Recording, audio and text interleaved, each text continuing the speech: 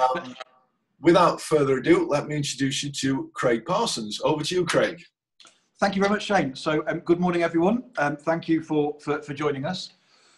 I will give you a little bit of my background very quickly first, and then I'll take you through how I'm going to run the next hour of your life. So my background is I come from an IT background. I'm a chartered IT professional with the British Computing Society, or the Chartered Institute of IT as it is now. And I've spent the last 10 or 15 years working in IT with a data protection slant, and I have ran some fairly well-known marketing campaigns that you will have heard of. So we've had clients like Sainsbury's, Nespresso, Compare the Market, and we've looked after their data to allow them to use the data for marketing, but also to look after it because it's their customer data. And generally there's a large reputational risk in having that, as I'm sure Facebook and Cambridge Analytica will attest this week. And in addition to that, we've also taken organisations through various accreditations, like the Government Cyber Essentials Programme, PCI DSS compliance, and ISO 27001 being the gold standard. So we've spent a lot of time helping organisations with that sort of work.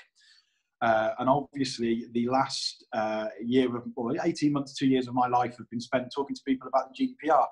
So I'm quite looking forward to May when we can get back to some non-GDPR stuff, and hopefully all the scaremongers have gone away.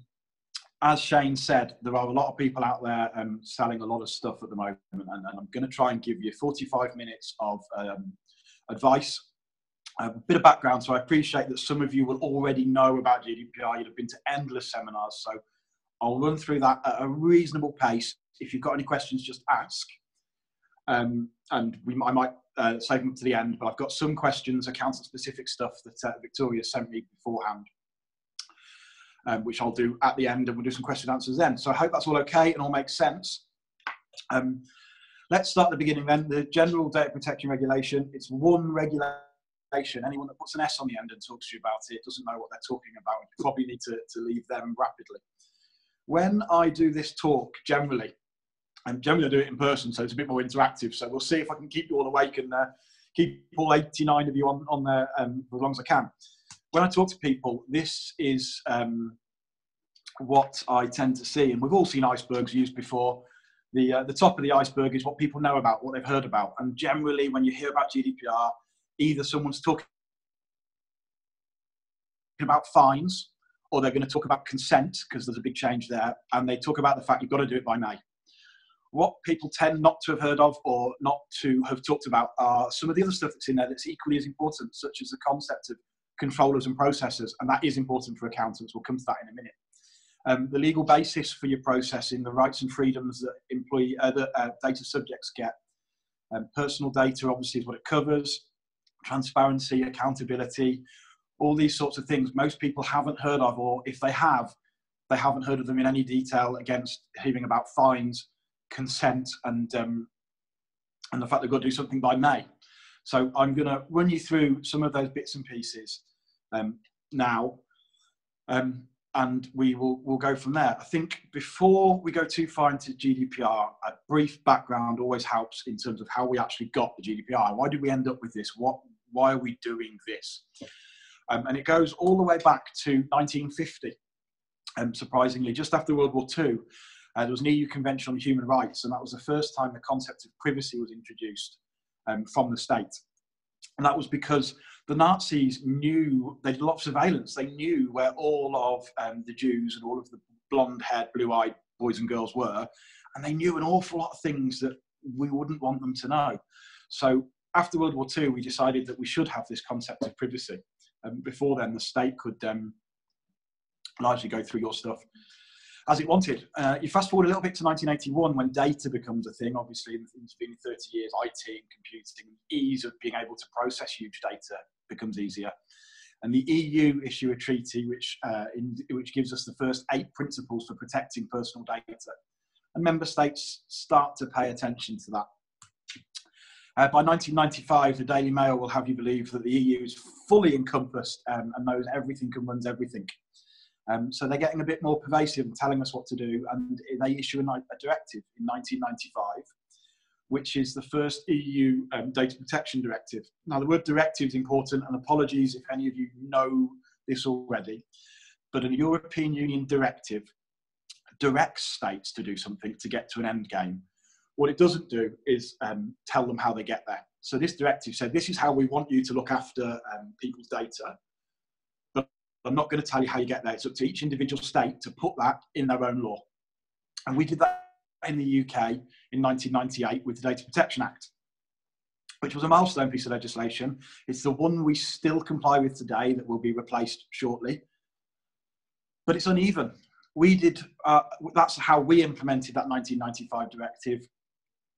Other countries did very different jobs, and I mean very different jobs, and you can pick your normal stereotypes and you won't be far wrong, except for the fact that we didn't gold plate this one.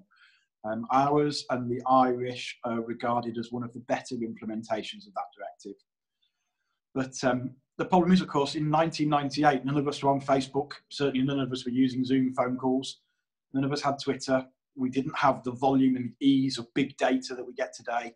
That act doesn't really get us to where we need to be today. It's not fit for purpose. So in 2012, we started at a European level discussing a replacement that was more fit for purpose.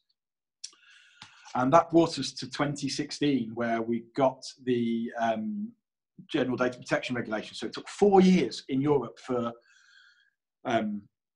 GDPR to be agreed and to go through various revisions. And you'll hear people talk about 250 employees and provisions there. Well, that was directly in GDPR originally, and then it got dropped, and then it got put back in as a recital. And there was a lot of toing and froing, but we got there. And it's a regulation. Now, the difference between a directive and a regulation is that a regulation comes into force in the EU on the same date as written in every state. There can be no national interpretation. So it levels the playing field. One of the big attractions for GDPR from an EU and from a governance point of view is that it levels the playing field. Everybody in Europe, every data controller in Europe has the same set of rules. And equally, every data subject, every person in Europe has the same set of rules and rights. Unlike what some of the newspapers would have you believe, though, the European Union doesn't have certain rights to make laws that govern things that our government do, particularly around national security and immigration. So we want to extend the GDPR to cover things that the current Data Protection Act covers. So we have a data protection bill that's going through Parliament at the moment. It will hopefully be done by May. Although this week there's been a number of amendments tabled because of the Cambridge Analytica stuff, where previously some MPs weren't interested. Now they're all up in arms. And that data protection bill will become the Data Protection Act 2018 and repeal the 98 Act, but bring GDPR into law, as well as 2 other things that we need to tidy up. So that's how we got to GDPR. It comes from the digital economy unit inside the Commission. The aim is to allow us to do business, not to stop us, but it's there to level the playing field, their whole single market philosophy, and then to give rights and freedoms to people. One of the problems with GDPR, and I know one of the questions that got sent to Victoria is, and I use this expression a lot, what GDPR does is it imposes a lot of compliance obligations on controllers, but it's really vague about how you achieve them. And then you add on to that the fact that none of it's tested. There's no jurisprudence. We don't know how things are going to be interpreted. So there is a lot of unknown, and in unknown, people step into the gap to fill it in with what they want to fill it in with. So that's where we are, and I will hopefully take you through some of the big changes between the DPA and the GDPR, and then we'll talk about some of the threats and how you can make it an opportunity for your practice. We best just talk about the Brexit thing, though. It comes up a lot, although I think lately this has been disproven and people are accepting that Brexit will not affect GDPR for 3 reasons. The first and most important is we are a member state on the 25th of May, and therefore it comes into effect. And further to that, there's provision in the Repeal Act and the Data Protection Bill for it to be enshrined in our law thereafter anyway. The second is that it was our Information Commissioner that pushed for a lot of the GDPR. if you read the Article 5, the first bit, the principles of GDPR, it reads an awful lot like the start of our Data Protection Act.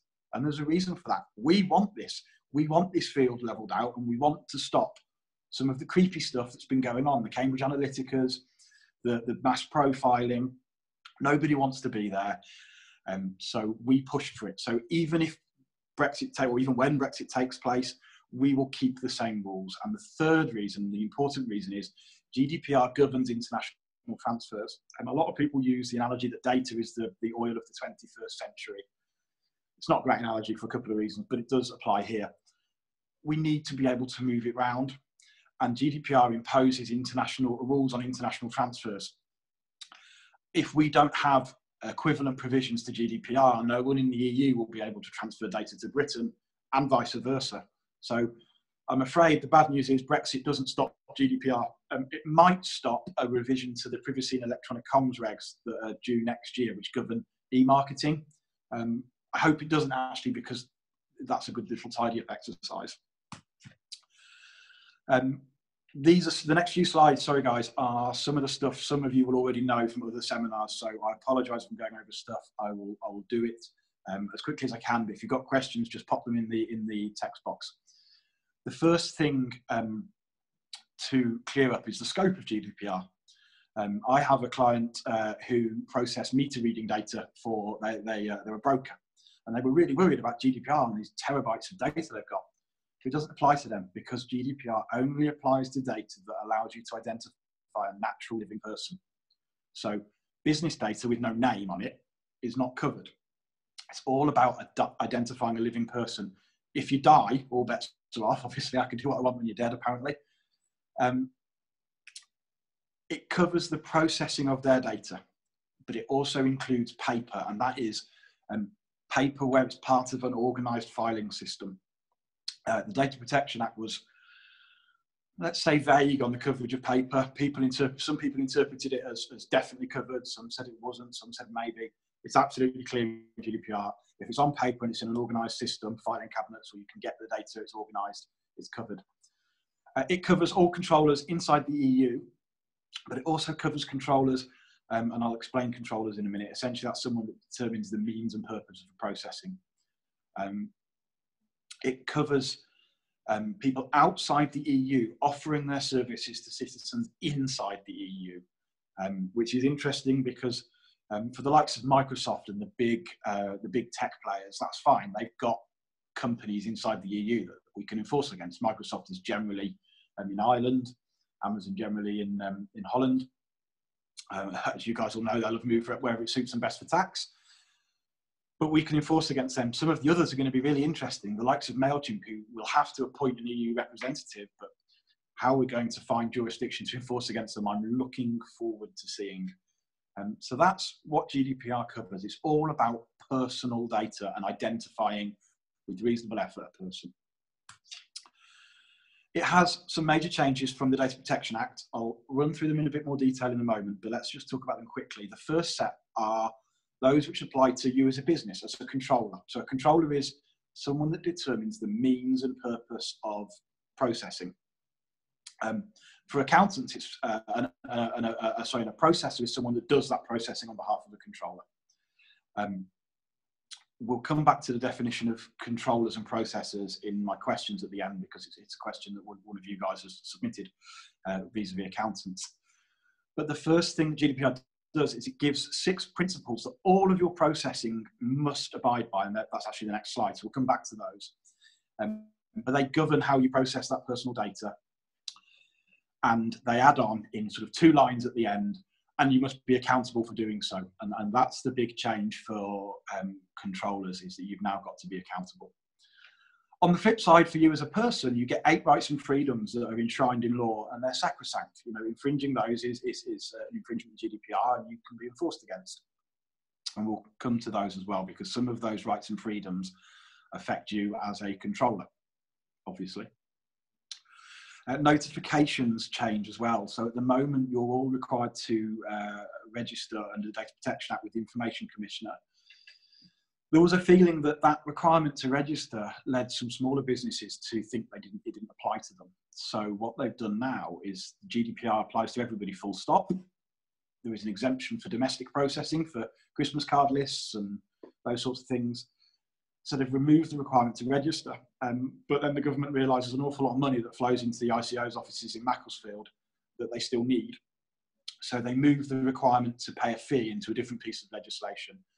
And they have just issued the guidance on what those fees will look like. Google for the ICO's guidance on that. You will still need to pay a fee, but there won't be a register anymore. Or there may be a register, but it's not part of GDPR. Another big change is the requirement to notify. So best practice has always been that if you have a data breach, you should notify the ICO, and you should really notify the subjects and the people concerned if it's going to hurt them. That now has been changed, so you have to do it, and you have to do it without undue delay or within 72 hours. Now, it doesn't have to be a full notification because obviously the situations will evolve and you'll know more in a week than you did 3 days in. So you can do a rolling notification to the ICO, and they're happy with that. It also introduces a lot of record keeping, which is data protection impact assessments, registers, a DPO decision. You might need to appoint a data protection officer, but essentially the big change is all around record keeping and accountability and the things you have to do to prove you complied. And I liken it to, when I'm talking to smaller businesses, liken it a lot to health and safety. In all honesty, we're all, I mean, I've seen your question, I'll come back to it in a second.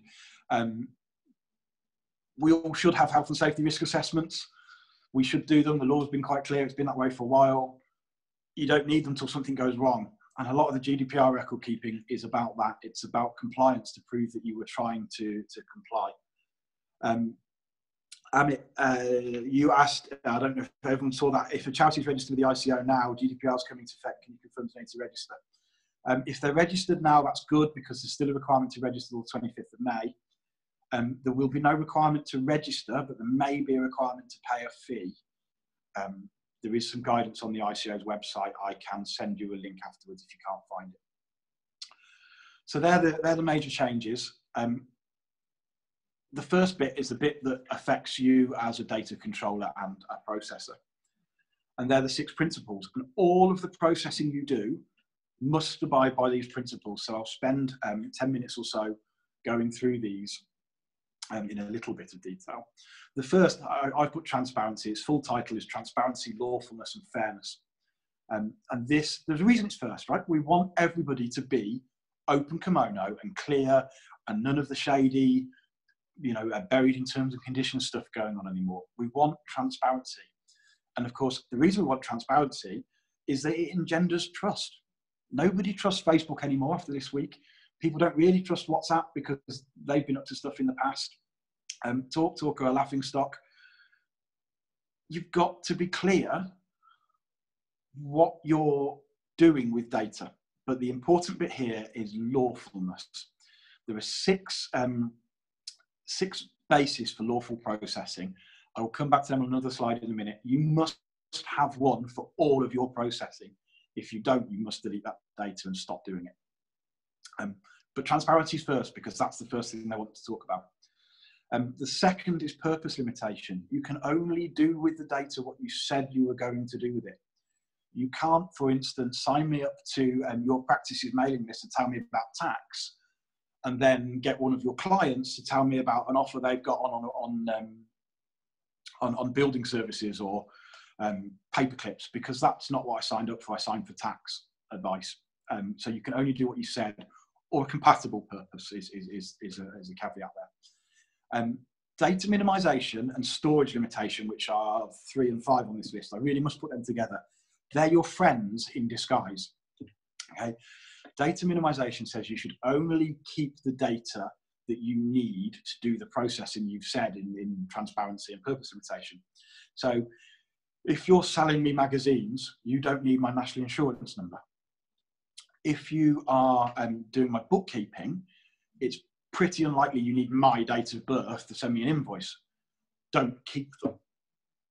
Storage limitation has been in GDPR, in Data Protection Act for ages, and very few people do it accurately with annual file reviews and these things. But essentially what it's saying is only keep data for as long as you need it for the purpose, or if you have a contractual obligation or legal obligation, don't keep it any longer. So instigate an annual review. Go through all your files every year and delete the stuff you don't need anymore. And as accountants, I guess you guys do this anyway because you don't want tons of paper in filing. But minimization and limitation are your friends, because if you haven't got the data, you can't lose it. And if you can't lose it, you can't get into trouble. And if you haven't got it, nobody can ask you for it. So really keep those two top of mind. Accuracy has always been there. If you've got data on someone, you have to keep it accurate. And the onus changes slightly in GDPR in that you should make reasonable effort to keep it accurate. So for small companies, that's pretty hard. For big companies like BT and the credit reference agencies, the onus is shifted onto them to keep it accurate now. Security. That is a principle that's always been there, and it's the one that lots of vendors are using as a way of selling you things to comply with GDPR. All that GDPR says is that you must use appropriate technological and organizational measures to keep the data secure. It is for you to define what those appropriate measures are. And one of the questions I've got later will come back to that. But that's another example of where GDPR imposes an obligation but doesn't tell you how to achieve it. And there's a reason they've done it like that. I mean, apart from the diversity, and I guess even in, Tim, I've seen your question, I'll come to it in a sec. Even in your practices, there'll be huge diversity in what you do and how you work, never mind wider industry. So they can't be prescriptive like PCI is about how you comply. But also they don't really want to revisit this law in another 20 years and spend another 4 years trying to get a new version 2 GDPR out. So if they leave it like that, what's appropriate today, so it's not appropriate today because it's technically too hard, such as encryption. 10 years ago, we never encrypted anything. Now it's so easy, we can do it. So it will move, the vision is it will move with time. The big change from a principal's point of view is you have to be accountable for all of the above. I realise I'm pointing at my screen, which doesn't have you guys. You have to be accountable for all of that. You have to make sure you're doing that, and you have to be able to demonstrate you are. Tim, anti-money laundering requires personal details for main contacts, so we'll end up being personal.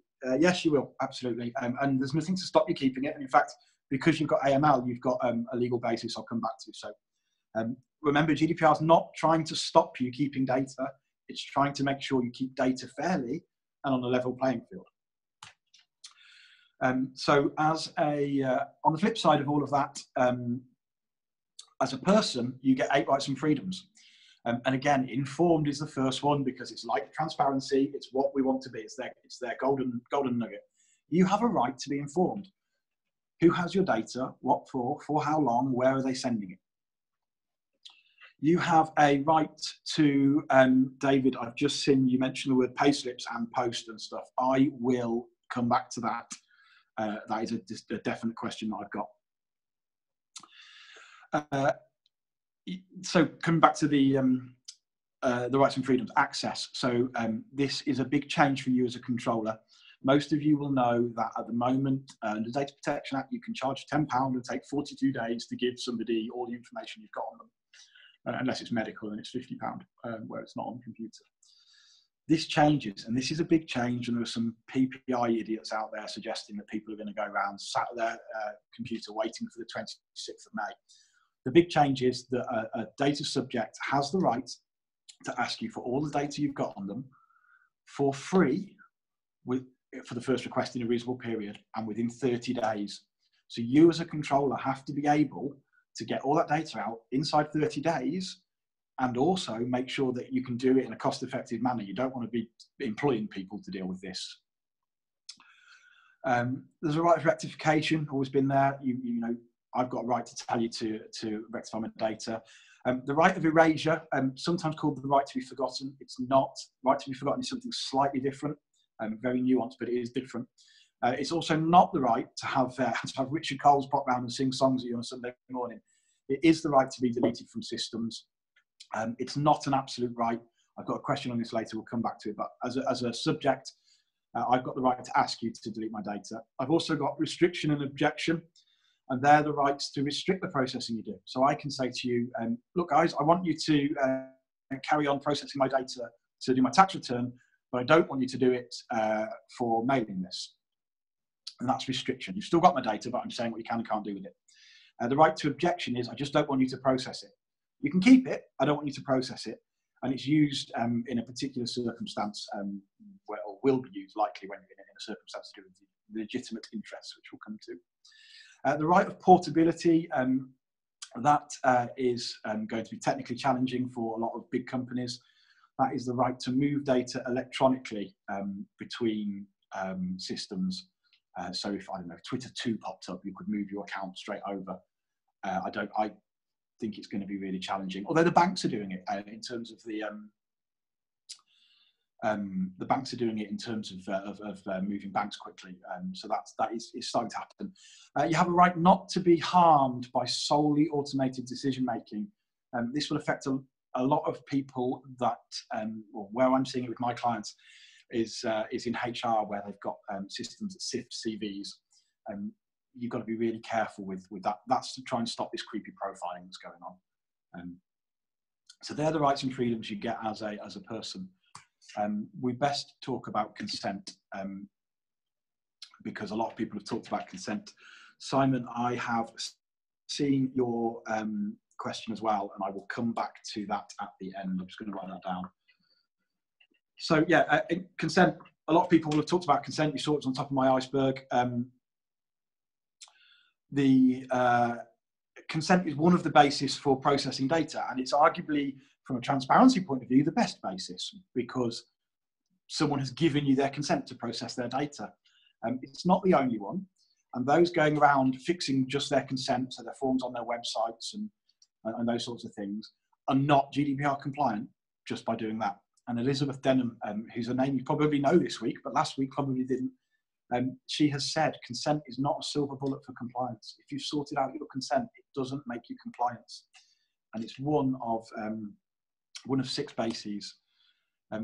Where we do have consent, and the big change is that now consent must be freely given, specific, informed, unambiguous, and the bit I've missed off this slide is it has to be given by an affirmative act. So you can't rely on inaction to generate consent, which is what rules out the pre-tick boxes. You all have heard about the pre-tick boxes. They've got to go because it's not an affirmative action. The freely given bit's important for you guys. If you employ people, you can't process their data on the basis of consent because they can't freely give it to you. It's not. It's an unequal relationship. If they don't give you consent, you can't pay them. And if you're withholding something to get consent, that's not freely given. There are other bases which I'll talk to about in a moment for employees. Specific and informed, I mean, you know, they are unambiguous. You've got to be clear what you're getting consent for.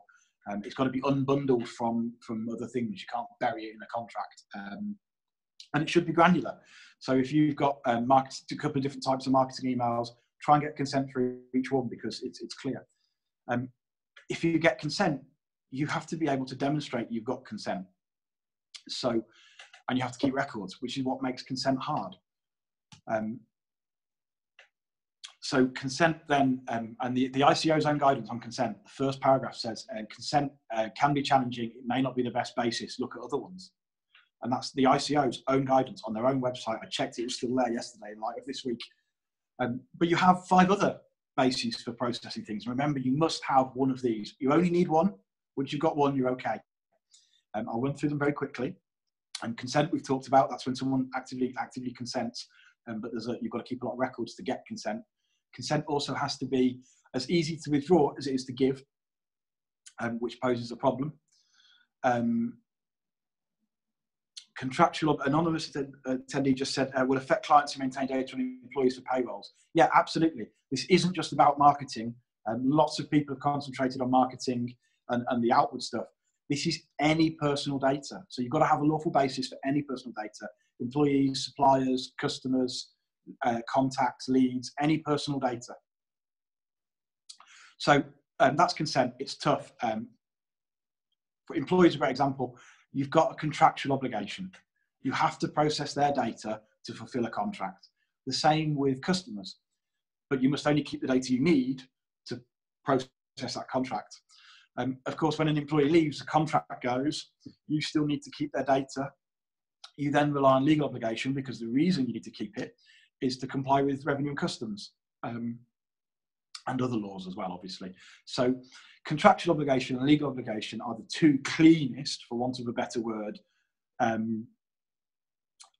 basis for legal processing, because they're black and white. You've either got a contract or you've got a law to comply with, anti-money laundering being one mentioned a minute ago. Vital interest is there so that you can process a person's data in their vital interest, which means health, basically. You can do what you want with data to give it to an ambulance service or to look after them, those sorts of things. Public interest is the preserve of people with really expensive lawyers or research, but lots of research will anonymise the data, and of course, as soon as you can't identify a person, as I said at the beginning, it's outside of the scope of GDPR. So if you're putting data all the way over there, outside of GDPR, then you don't have to do a lot of the other stuff. Now, you may choose to, because it's good practice, but public interest is the preserve of people with expensive lawyers generally. Legitimate interest is a marketeer's best friend, and enshrined in EU rules are the fact that you have a right to conduct business. You've got a legitimate interest in doing so. You can process people's data without any of the other bases on legitimate interest, provided you balance the legitimate interest against their rights and freedoms, and the rights and freedoms aren't being harmed.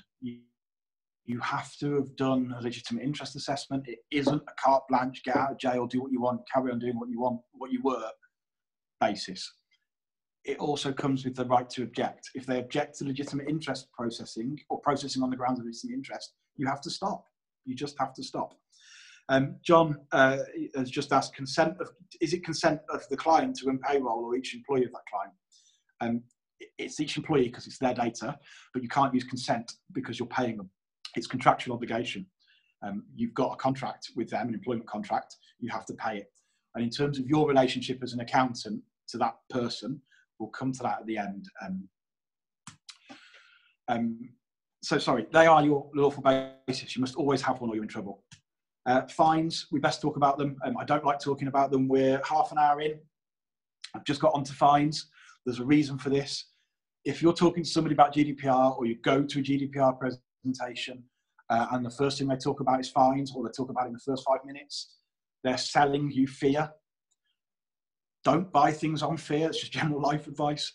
The Information Commissioner's Office have said they won't resort to fines in the first instance unless you've been reckless or there's been a large breach. What they have now is a set of enforcement powers they didn't have statutorily before GDPR.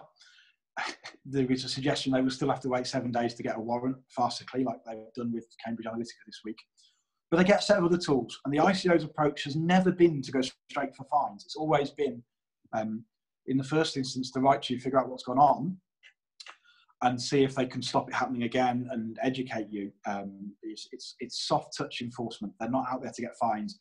Apart from anything else, they don't get the fines. They go into central government coffers. So they will seek to do other things first, unless you've been a very naughty boy, in which case you're not the Messiah. But so we're clear, and so that I'm not minimising things, there are some fairly hefty fines introduced in GDPR, 2 levels, and you'll probably all have heard this anyway, but for an administrative error, so where no rights and freedoms have been affected, there's a level 1 fine, which is 2% of global turnover, or 10 million euros, whichever's highest. Where you've seriously fluffed up and lost data, or harm has come to data subjects, the fine is 4% of your global turnover, or 20 million euros, whichever's highest. They sound like big numbers. For 15 years or so, no, maybe 10 years, the ICO have had the right to fine people under the Data Protection Act up to £500,000. They've never done it. Let what looks like a 12-year-old design their website a few years ago and lost a lot of people's data. and they got fined £400,000. So the ICO's approach is always to look for aggravating factors and then mitigating factors to pull the fine back down again. So don't worry overly about fines. Certainly don't buy any solutions based on fines. It's not a good place to be. We've talked about record keeping. These are examples of some of the record keeping you need to do. The most outwardly obvious piece of paperwork you have to show that you're complying with GDPR is privacy notices, and they must contain the mandatory data, which is on the ICO's website. In short, it's what you would expect. It is who's got the data, what data they've got, what they're doing with it, how long they're doing it, how long they're keeping it for, where they're transferring it to, those sorts of things. It's the obvious stuff. The ICO and Working Party 29, which is the part of the EU that are issuing guidance, have said they want these to be clear and concise. They don't want them to be 48-page affairs. If you're looking for a good one, Age UK, the Age charity, theirs is really good in terms of clarity. It needs a couple of tweaks for GDPR. Somebody has just asked on fines, whichever is higher. So the minimum fine for a sole practitioner is 10 million. No, there is no minimum. The maximum is 10 million, or 2% of their turnover. They would never get there. Well, I'm not saying never, that's unfair, but it's unlikely. Privacy notices, we've said, are the outwardly, they're your outward demonstration that you're complying and that you are doing what you say in them. Don't just write them and forget about them. You technically also need a privacy notice for every data subject and every purpose of processing, although you can combine some purposes into some privacy notices. So you should have a privacy notice for your employees because they're different to customers. The next thing you need, and it really is a key document, and I'll come back to why later, but it helps you, is a record of processing. And it sounds really grand. There's an Excel spreadsheet on the ICO's website you can use as a starter for 10, but that helps you as a controller or a processor, and we'll come to the difference in a minute, determine what data you've got, what legal basis you've got, where you send it, what systems it's in, how you look after it. Once you've got that, that is a diamond piece of document for helping you become compliant with GDPR, because you start to understand what you need to do. Supply chain. So I said I'll come back to processors, and I will talk specifically about accountants being a processor in a minute. GDPR has a concept, and so does the Data Protection Act, of a controller and a processor. I'm putting them sort of like that. The controller is somebody who determines the means and purpose of processing. So for most of you, for clients, that will be the client that's the controller. It's their data. They're asking you then to process it in the way they tell you, i.e., please complete my management accounts, or please complete my tax return. But we'll come back to tax returns, which makes you the processor. You may then have sub-processors. If you're using cloud systems, Xero or ClearBooks or any of that, they become a sub-processor. That relationship previously could have been loose. GDPR mandates there must be a legal agreement between a processor and a controller. So as accountants, you will need a data processing agreement to be clear what you're doing. And you will want to make sure that it pushes you into being a processor and not a controller. Because you can be a joint controller. And in the guidance from Working Party 29, accountants are cited as an example where it could go either way. And I'm sorry that it's a bit vague, but it comes down to how clear the instruction is. So if you've got a really clear instruction of complete my management accounts and file them like this, you're likely a processor until you have to do some reporting. So if you have to report into AML, you become the controller of that data at that point. If you get a vague instruction and a packet of receipts and say, sort that out, we didn't do a tax return, you're almost becoming a joint controller. So you want to try and be as clear as you can in the contract that you are a processor, and then you need to act like a processor so that the contract can't be overridden. So that supply chain is important. The other documents mentioned there, lots of stuff on the ICO's website. I'm just conscious of time, so I'm going to skip over those a little bit. I'm just really conscious of time. GDPR is a threat to your business and your practice, but only from this gang. It's an opportunity otherwise. If people are selling you fear, walk away. There's also a lot of people selling solutions. I had a client the other day who was told they could replace all their photocopiers to become GDPR compliant. No, photocopiers, and the risk was that people leave stuff on the printer. Yeah, that's a risk, but that comes down to a technological measure. That's one of the things you might want to do. Getting them doesn't make you compliant. So just be careful what you buy. And you're all accountants, so you're all smart people, right? So if you're going to take advice of someone, look for a registration on the ICO until May, because it's there. Why not use it? Ask for their insurance, ask for references, and ask for experience. But be very wary of people selling advice. Get references, and they're a bigger risk than not complying, as far as I see things today. Luckily, you will work in a compliant industry. This set of slides is aimed at general businesses. You will all know that you think you're compliant, and some smart ass will come and find a T you haven't crossed or an I you haven't dotted. Compliance is a journey. You start it, and you hope you get there. GDPR is the same. It's a compliance exercise. It's not a tick box exercise. You need to go back and review your GDPR efforts, your register of processing, and your privacy notices. Yes, you should, Gary, you should be adjusting them. I'll come on to that in a question in a minute. You need I would actually take it out of your engagement letter and put it in a separate data processing agreement so that it's crystal clear that's what it is. We'll come back to that. I'll skip over this one and explain why it's an opportunity. It's an opportunity because of trust. So if you go on two websites, two accountants that sell the same thing, you want to get in touch with them, they've both got a contact me form. One of them just says, put your name and address in and click here and we'll get in touch. The next one says, put your name and address in here. We won't sell your data. We will only use it to get in touch. Here's a link to our full privacy notice. Which one do you trust? You trust the second one. So this is an opportunity for you to engender trust in your clients and for your clients to engender trust in theirs, because some of your competitors won't do this because the real risk of being enforced against is really low. The ICO have 400 people to enforce a law that applies to every business in the UK. Just let that sink in. 400 people, every business in the UK. You've got to do something wrong or be complained about for them to come looking. There's no audits. Well, there are if you're a public body, but that's a different thing. So some of your competitors won't do this. If you do it and you do it well, you can show that you're trustworthy and people buy on trust, not fear. For marketeers amongst you, it also means you end up with focused data. If you've done the minimization and the retention properly, you've got good data as opposed to just lots of data. And good data is better to sell to. A mailing list with 100,000 people on it that 3 people open is worthless, it's vanity. A mailing list with 1,000 people on it that 500 people open is where you want to be.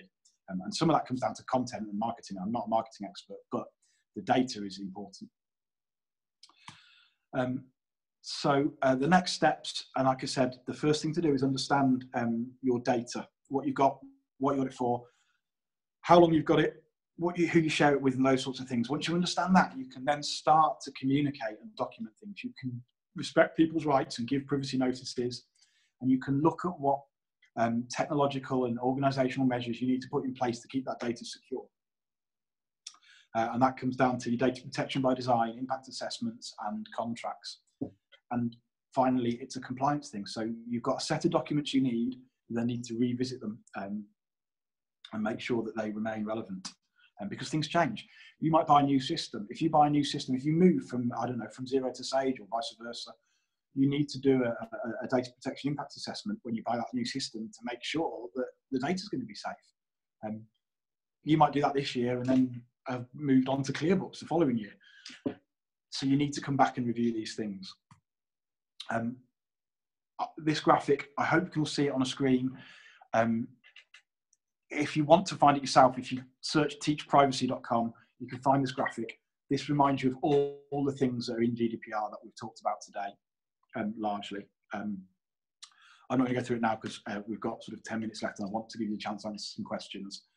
I will leave it on the screen while I answer some questions so you can all view it. I've got some questions from Victoria that she sent over that some of you guys had sent to her. So, oh, Shane's back. So I will run through some of those very quickly. And then if you want to bang any more in the box at the bottom, that is cracking. And Shane, you might pick some up while we were going along. Yeah, I've got a whole raft of post-its here of questions I've come up with, and just I think one person I know you've been spotting the questions that come up. Ian Durrell asked a question in there as well. So Ian, just to show you, I've spotted that, and I'm sure Craig will glance up. It's only 3 questions up. Well, so we'll make sure all those get answered, but feel free to pop more in either the Q&A box or the chat box. It doesn't matter, they're both being spotted. Cool, brilliant. So I'll do a couple of these questions from Victoria first, Shane. Yep. So the question is, I'd like to know what policies and procedures should be classed, or would be classed as a must, should a breach occur that would count as good mitigation. So this question is obviously from someone that understands that the ICO are going to go for mitigation. And there's 2 sides to this. The first is a good information security policy. And that's where you start to define your appropriate technological measures. So in there, you'll say things like, we've got laptops, we'll make sure that full disk encryption is turned on. We've got printers, but we'll make sure that job storage is turned on, so data's not left on print. We'll make sure we've got antivirus installed on all our PCs. We will lock down USB drives so that they can't get them. These things belong in a good information security policy, not in GDPR. If you do that, though, and you write it down, for God's sake, make sure you do what is written in that policy. Carphone Warehouse lost 3.2 million credit card details last year that was stored on a database on a server with WordPress that was 6 years out of date. That server had no updates applied, no antivirus, no web application firewall, and wasn't audited. They had policies that said they should do all of those things. They're a big company. They've got the wherewithal to do it. So what should have been a mitigation actually turned into an aggravation because they knew about it and they said they were going to do it and they didn't. Another mitigation is organisational measures. These are less talked about because they're harder to sell unless you're a training company. You need to make sure your staff are trained and have had appropriate training, and you can demonstrate that they've had appropriate training. And I work with an e-learning firm so that you can sign your staff up and say, you've got to watch this webinar and then answer some questions. It's a great example because it generates an audit trail. Other organisational measures which go back to the information security policy, things like least access privileges. So don't let people get to data. You know, if you've got tax clients, don't let them see data on clients that are just bookkeeping clients. Start locking things down. You know, the office junior doesn't need access to my tax returns. Document that and you can show you've thought about it. The other thing is to go back and audit those things. Also look for accreditations. The government do Cyber Essentials Plus. They're relatively simple, relatively low cost, but they show you've thought about things. And obviously you can go all the way up to ISO 27001 if you want the gold standard. So they're good ways to mitigate. They're also just good practice, and they're not hard to do. Do you want to stick one of your questions in, Shane, to save me reading off my list? Yeah, of course. Like I say, I have an abundance, so actually doing a double swapping over might be a good idea. Just taking a typical scenario, especially from something that happens here at AVN, and may not for much longer, is that let's say one of our members have phoned up for me, or maybe even a prospect has phoned up to have a conversation with me. If I've been out of the office, my team know that chances are I don't look at my emails straight away. I don't necessarily look at Slack. So they will plaster a big, massive post-it note on my screen to say, phone Joe Blogs from Bloggins & Co. on this phone number. And then I'll do that and I'll chuck it in the bin. Is that a breach? I hate using the word grey area, but it is. So it's not part of an organised filing system. So technically it's not subject to GDPR. Should you really be putting it in the bin? No, you've probably got a shredder next to the bin, or certainly a secure waste bin. Put it in that just to be safe. Right. But yeah, because it's not part of an organised filing system, you could make a good argument that it's not subject to GDPR, but best practice would be if it's got a name and a phone number on, lob it in a confidential waste bin or shred it. Just adding on to that then, you mentioned that it was more about the personal data. Yep. But in that particular scenario, that would be, yes, somebody's name, but it would be a business phone number. It might even have a business email on. Is there a differentiation?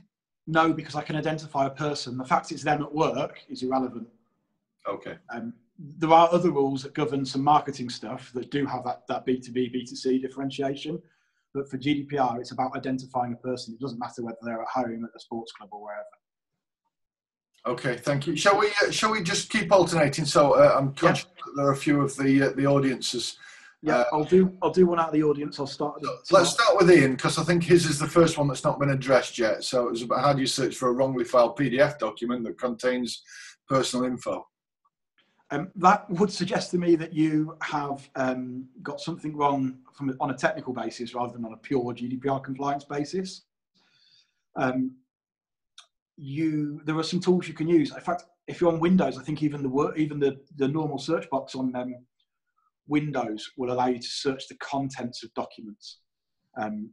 But again, that should be prompting you to think about, hold on a minute, I need to look at how I'm finding things, because if I'm losing them or putting the wrong data in them, I might be in a bit of a mess if something else happens. Yeah, I think all part of this is really that we've all got to step up on our filing in general, haven't we? Make sure it's done correctly, I suppose. So I think, based on what you've said so far, Craig, as long as we've demonstrated that we do our best to do this, I suppose the odd anomaly is going to be accepted in that circumstance, isn't it? Yeah, the question then is whether you need to report the odd anomaly, and that's a judgment call. I can't imagine the 400 people in Macclesfield are going to be very happy if everybody rings up reporting that they misfiled a one spreadsheet. I certainly wouldn't report that, because no harm is going to come of that. But you need to be sure you've made that decision. I'll just very quickly answer Amit's question, because it's just popped up and it's an easy one. Can I find a booklet explaining what you're required to do? Yes, the ICO's website, there's a 12-point action plan. It's an infographic on the front page and a paragraph about each point thereafter. It's relatively easy to understand. It is a bit data protectionist, but it's a good starting point. Another question we have had is, I'd like to understand how to reconcile the right to be forgotten with the right of HMRC to demand information. Hopefully I have answered that. But the first is it's a right to be erased, not a right to be forgotten. The second thing is the right to be erased, or to have your data erased, is not absolute. If you have a legal basis to keep it, you don't have to erase it, but you do have to tell them you're not going to comply with their right to be forgotten or their right to be erased, and they can appeal to the ICO. But in this case, you aren't permitted to delete it by law. HMRC say you have to keep it for X years. So it's not an absolute right, it is qualified. Do you want to go for one, Shane? Yeah, okay. Well, actually, my next post-it note was, you mentioned a great place to get the privacy policy from was AIDS UK. What I didn't get was is that AIDS as in AIDS or A? AGE, AIDS, the old people charity. AIDS, charity for old people. Right, because I couldn't tell which one you said. And I thought, well, maybe some of the audience couldn't tell either. So that's age.uk. I don't know if it's .co.uk or .org.uk, but age, the Age Concern channel. It used to be Age Concern. Right, spot on. Thank you for that clarification. And the content is 95% GDPR compliant, but the style is brilliant. And don't start getting. Thank God there might be some solicitors here, but don't get solicitors too heavily involved. It should be crystal clear and easy to understand. Otherwise, you're trying to hide things. One question I would like to come back to, and it's a couple of the questions have asked this, and it's about processing your client data and their employees. And this comes down to the relationship you have with the client. The client is the controller of that data, and you are the processor of it on their behalf. They give you an instruction to pay Joe for 40 hours, bill normal salary. They're giving you quite a clear, quite well-defined instruction, and that turns you into a processor. As a processor, your obligations are slightly different, but they're essentially to do what you've been asked to do. But you then also have to give the data back to the controller if they ask, delete it if they ask, those sorts of things. So if you're doing that, you need that agreement that specifies whether your processor, your controller, how you're going to do it. And the reason I bring that up, because it covers a couple of questions off, is that Kim asked about clouds in data centers. So if you're using them for your data, as opposed to client data, they're your processor. And in fact, if you're putting client data in there as well, they become your sub-processor. And part of that agreement between a controller and a processor determines and clears up obligations on when they must delete things, when they must hand them over, how they must comply with subject access requests, how they must deal with the information commissioner. Yes, someone's just put the Church of England guidance to parish councils is good. Yes, very good, actually. I came across their register of processing the other day, and it was very good. But in answer to Kim's question of how far down the chain you need to go, to the people you have a relationship with. If they have sub-processors, it's their duty to tell you about them. So if you use ClearBooks, for instance, or Xero, you have the relationship, you must have that contract. If they use sub-processors, for instance, I know, no, I'm back. I know that one of the cloud providers, forget which, sits on Amazon, probably more than one. And in that case, they must identify to you who their sub-processors are so that you know. And they can't change them. Thank you for saying Xero sits on AWS. They can't change those sub-processors without telling you and giving you the opportunity to object. Because the spirit of the legislation is that you know where the data is and who's using it and where it's going. So I hope that answers most of that question. Yeah, so from my point of view now, I'm not clear on some of these questions, which you've just kind of answered in that and not. So, okay. Do you want to take a quick look at them while I answer another question that I've written down? Yes, you can do. Yeah. Okay. So somebody said, "Can I get some concrete info on what to do rather than bland statements like review your processes?" Yeah, you can. Review your processes isn't a bad piece of advice. The place to start is that register of processing. Find the sample on the ICO's website. If you're not going to engage with a GDPR consultant or a data protection consultant, find the ICO's register of processing. There's a sample tab in there, and it gives likely samples for an average small business. If you fill that in, it will force you to think about what data you've got, where you've got it, which sub-processors you've got, or which processes you've got, how long you're keeping it for, what your legal basis is, and how you're keeping it secure. Because most of GDPR talks about publicly is about the security side, about making sure you've got appropriate technical measures to keep things secure. So start with that.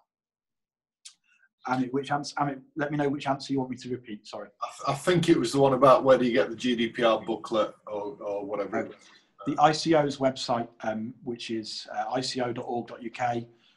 If you just Google for ICO 12-point guide, you'll find it. Listen, just reading some of the questions, I'm still not clear as to whether you have answered them or not. So can I just ask the audience now, if you feel that your question that you've had on there for a while still hasn't been answered, just type me in the box and I'll look for your name further up and we'll just do your question again. In the meantime, I'll just be asking another one. You mentioned the legitimate interest, Craig.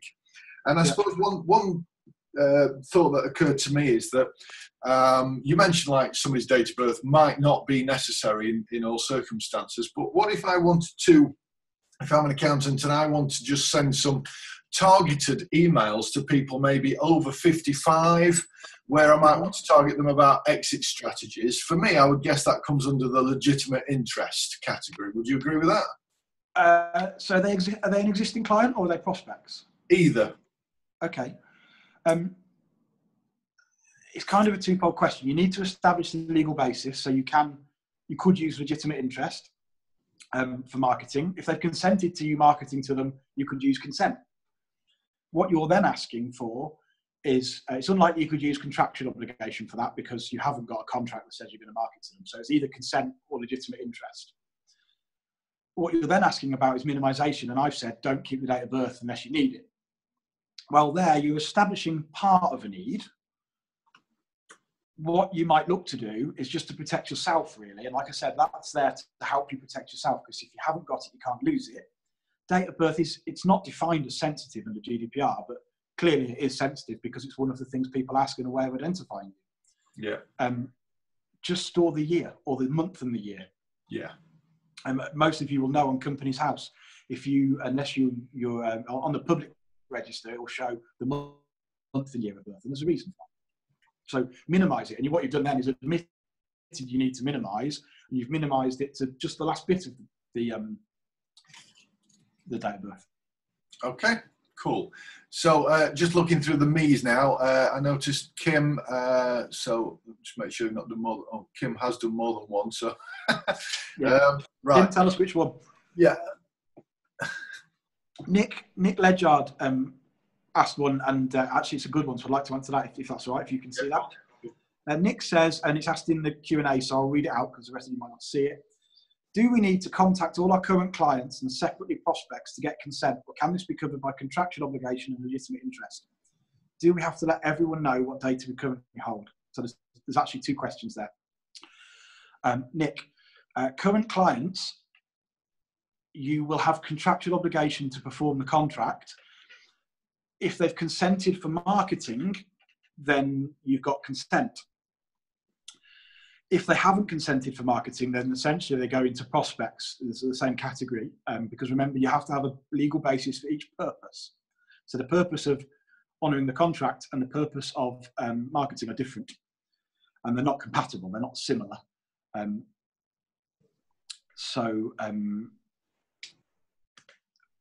Once you're into legitimate interest, you have to have conducted a legitimate interest assessment. You have to be clear that that's where you are. For new prospects on your website, I would get consent to the new standard.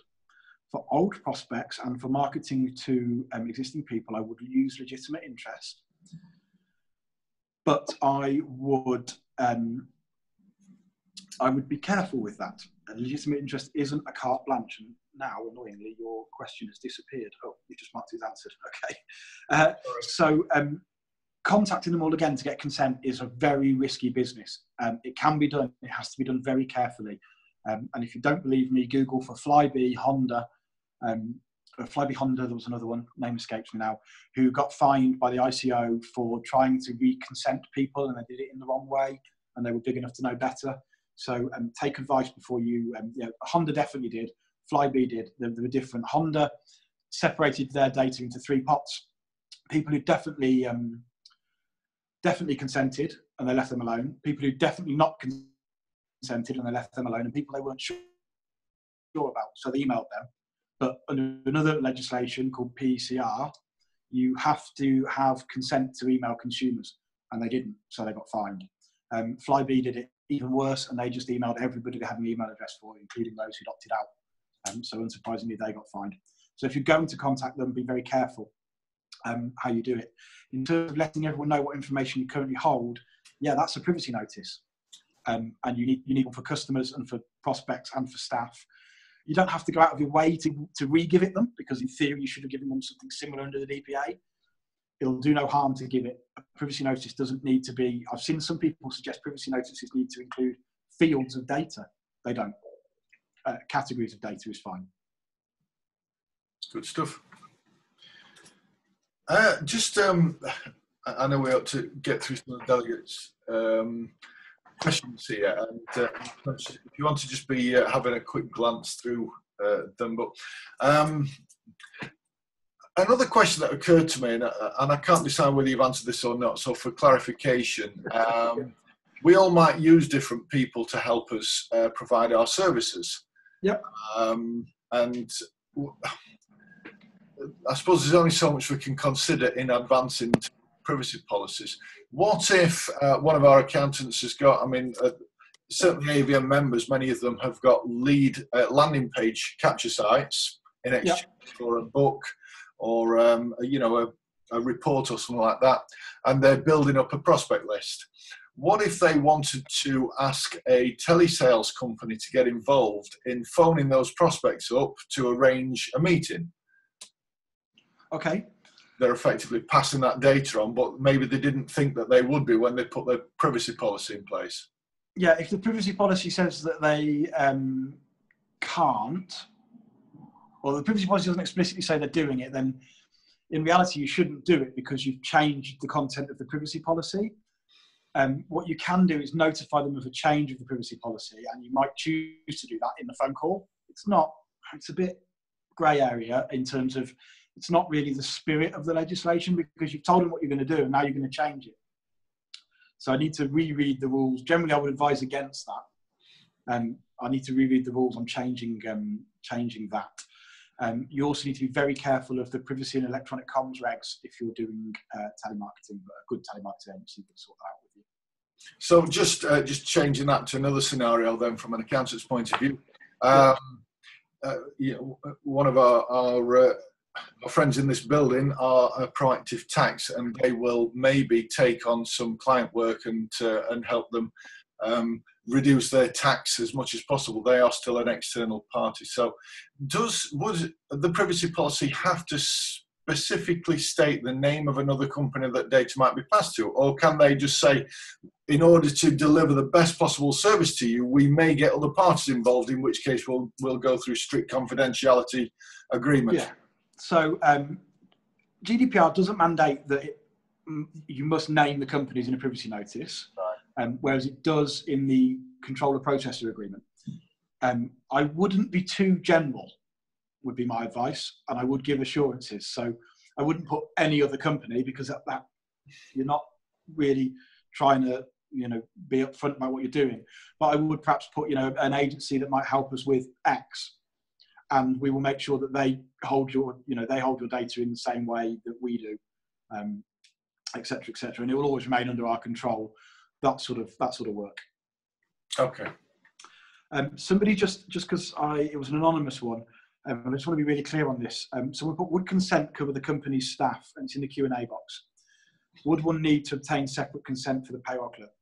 Consent cannot cover your staff for processing their employment data, because they can't give it freely, because you're not going to pay them if you don't process it. You have to rely on contractual obligation. Somebody else asked further up around here, when Ifan asked, with an employee, if one uses contractual obligations as a lawful basis, if it leaves, does one need to inform the ex-employee that data is being processed as a legal obligation? Sorry, guys, I'm back. They are, sorry. Sod's law, you put don't disturb on because you're using your phone and someone somehow manages to get through. So I was answering Ifan's question about if they leave and it moves from contractual to legal obligation, do you need to tell them? No, because I put it in the privacy notice up front at the beginning, and I'll just say, while you remain an employee, it's contractual. When you leave, it becomes a legal obligation. I would also, as best practice, look at deleting the data you don't really have a legal obligation to keep after that point. So next of kin and those sorts of things, you don't need it anymore, get rid of it. I'm conscious that time is getting on and more questions are appearing. Maybe we need to limit this to maybe another, just a few more minutes, Craig, for your benefit. Because you're actually, I know that you've got other stuff on today as well, of course, yourself. Is there an alternative method of people asking questions or getting in touch with you, or is there a service that you provide maybe that people could tap into? Yeah, absolutely, of course. So you are welcome to email me either at craig.parsons@persolvo.co.uk. Could you type that into the chat box just for clarity, Craig? Yeah, I will do. Yeah, and maybe people. And I will happily answer questions. There you are. I'll happily answer brief questions. As I'm sure you can all appreciate, like people who are wanting to not pay tax, there's a million questions and only so many hours in the day. So I'll answer initial questions, obviously, for AVN guys, free of charge. What I do offer is a compliance service where I'll come and try and help you understand where you are and what you need to do. So for a lot of my small clients, actually what they need to do is pretty simple, and it's a bit of compliance stuff, a bit of paperwork. Largely for accountant clients, it's around that controller processor agreement. But if you get in touch, we can talk about those. I am developing a documentation toolkit, so if you want the documents in template form, the next week or two I will have those available. Again, just get in touch. Sounds good. So Sharon just asked a quick question, and Rob as well, and there are two I'd like to answer before we disappear. Sharon, if you use an outsourcing agency that have access to information on your systems, where do you stand? You need a data processing agreement, or you need an agreement between them because they're a processor, albeit they're using your systems. And this isn't uncommon at all. In fact, if you deal with any big company, you're likely not dealing with that big company. You know, if I raise a case with Microsoft, for instance, I get a third-party vendor, but it's on Microsoft systems. So you still need that agreement. They're a processor. They're just using your systems. So the onus of keeping the system secure is yours. Rob, I love this question. I get this a lot. Will GDPR see a decrease in the amount of spam I receive? Only in the same way that burglary being illegal decreases the amount of house burglaries. Just because it's illegal, it won't stop people doing it, I'm afraid. The ICO will go after the people that do it on a large scale and do it on things that get the public riled. There's been a law since 2003 about emailing individuals, and they enforce it as best they can with the resources they've got. It'll drop down a bit, hopefully, but more importantly, the good people will look after your data better. Spot on. Well, on that note, and I apologise, I know there've been a raft of questions on there, and because they whip up there, it's so easy to miss them, so I apologise if we didn't manage to get your question there, but do copy and paste Craig's email address, but please don't abuse him. I can stick up for myself, you're all right, especially against accountants. Fair enough. Right. Can I just nick in with one question that Nick Ledger just asked, because it comes up a lot, so it might stop a lot of questions. Okay. And it will be the last one, I promise, because I need a cup of tea about anything else. Website addresses covered by GDPR. If someone logs on and Google Analytics, is that a breach? Two things. IP addresses are explicitly personally identifiable under GDPR. I don't personally agree with it because I think it's technically very hard to do unless you're the police or an ISP. Google Analytics, if you are using it properly, there should never be any IP addresses or any identifiable data in it. And if you aren't using it properly, you're in breach of their terms and conditions. Having said that, by default, Google Analytics does still some IP addresses. You can turn it off. But the important thing is there should be no other personal data going to Google for use of analytics. That's why they've got those terms, because they don't want to be getting involved in it either. But other cookies and things, you do need to think about them. Yeah, that was it. That's my last question, promise. Thank you very much, Craig. Listen, I know there's about 25 people had to drop out. Presumably that's because we've gone over the period that we'd advertised. The rest of you, we can't do an applause, but could you just put something in the chat box that lets Craig know that you got value from this session, please? That's fantastic. Thank you very much, everybody. And thank you, guys. And I kept 86 of them awake. Or they were asleep on the computer, but no one's typing Zs into the keyboard. Right, that's brilliant. Oh, and applause in brackets there as well, so that's spot on. Yeah, well, thank you very much from me as well, Craig, and appreciate it. You're welcome. That was a very thorough, I thought, well delivered. Whistle stop. There's more detail behind it, but you know, it's a good starter for 10, and feel free to get in touch. Spot on. Right, thank you, everybody, and we'll call that a day. Thank you very much. Bye-bye. Thanks, guys.